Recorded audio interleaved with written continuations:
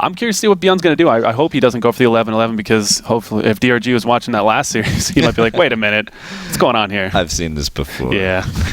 I know the tune to this song. Yeah. But, so, yeah, I mean, Byun possibly could play a really strong mech style on this map. It is very nice, very choke-heavy. A little bit dangerous when you're getting into the mech style and you get countered by Broodlords later on because Broodlords do have a lot of area where they can just kind of pop up above a ledge and then back down a ledge, and your mech army is just running back and forth. And though it's really good cardio for your MMM, when you're running with mech, you know, those Thors, they don't have the stamina to do that. Yeah, and I like your point. I mean, you know, with this map, there's a lot of choke points. There's a lot of these cliff-hugging areas where, you know, with the mech army, you can get really close to it, and it's really beneficial in the mid-game, but to the later stages, it can punish you greatly. And it looks like Byun right now actually just opting to go for a 1-Rax, probably into a quick command center here, but no command center first from him, actually. Yeah, I'm really upset. I was expecting to see 2 Racks, maybe 3 Racks. Jeez. Maybe see one of our favorite cheese builds, but I think he wants to play this game a little bit more conservatively. He wants to play, you know, a little bit just to possibly play, you know, very game that he's very used to instead of going for cheese. Because if you go for cheese when you're already down a game, you don't know, you know, if you're going to actually make it. And yeah, that's why I was so surprised by Lucifron doing it, you know, especially being down a game. But Byun's from a team called Prime, which I'm sure everybody knows by now. And of course, they are very, very good macro Terran players. We've all seen Marine King play. So I'm sure he doesn't mind going to later stages of the game. Oh, no, not at all. Now we do have that spawning pool going down, as well as the hatchery has already been started for a while now, so probably 15-15 we came out here from DRG. Very standard stuff, nothing too crazy coming out from either player. This Overlord taking his leisurely time over here, and ever since they got that speed grade, speed update, you know, they're now like the SUV instead of the family van, so they're very fast. You know, he'd probably be way back here at this point, but anyway. So in the first game, we saw DRG basically, I want to say, dominate the match. I mean, he basically guided Byun wherever he wanted. He had basically him contain majority of the game. What can Byun do this game so that doesn't happen?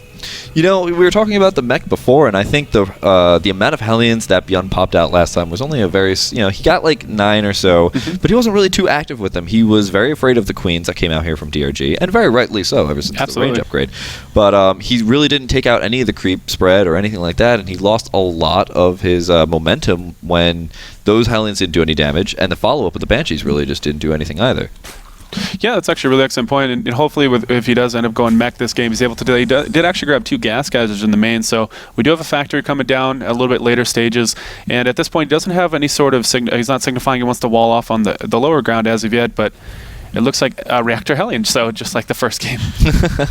Well, Reactor Hellion, very standard build coming out from Terrans all the time now. Trying to use those Hellions to get the creep tumors out, trying to deny as much of those creep tumors as possible, because that is nothing but trouble for a Terran army. You never want to engage on the creep.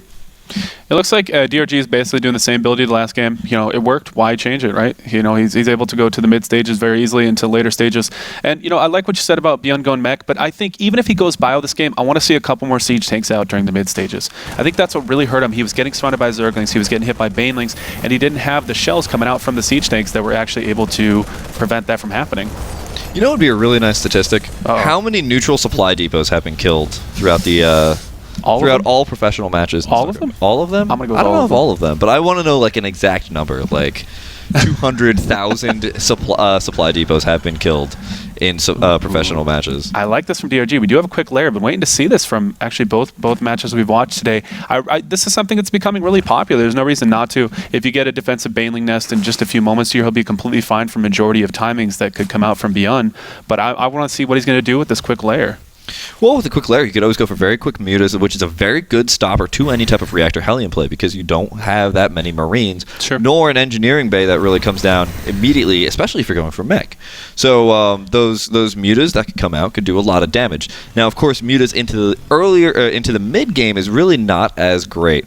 We do have Cloak coming down here though for Byun Prime, so that's a little thing to note that later on that layer is actually going to be really nice for the Overseers. Yeah, actually, that's a really good point, and this is something we're starting to see more and more, of course, is the Hellions into Cloaked Banshee. And, you know, if you're able to time it correctly, if you're able to force your opponent into a situation where they can't handle microing both ends, they end up losing a lot. But doing it against a player like DRG, I don't know, man. DRG, I think he can handle both ends very easily. DRG is just far too good. Yeah. I've seen him, at so many different tournaments, and there's just nothing that he's not capable of. And what's really amazing about DRG, as these Hellions go in and just consequently die, is that he's really good at reading his opponent and exactly what his opponent's mistakes always are.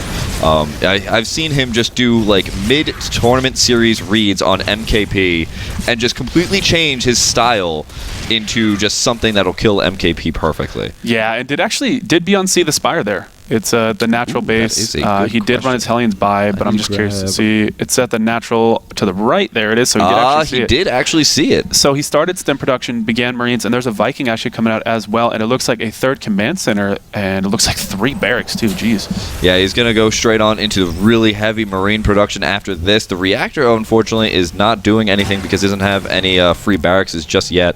So unfortunately, that poor reactor just doing nothing right now. Oh no, the supply depot is open at the natural. Actually, looks like DRG might get a run by, and yes, he does. He's going to go into the main here. There's not a third supply depot. He lifts the supply depots on the ramp, and it looks like actually DRG is going to get quite a few kills here. Oh man, up to 4 worker kills already. He's starting to bring it back, making the count almost even. And now DRG has the option of going into the main, but now there is a wall off. 7 Mutalisks are in production, and Byun kind of falling apart here a little bit.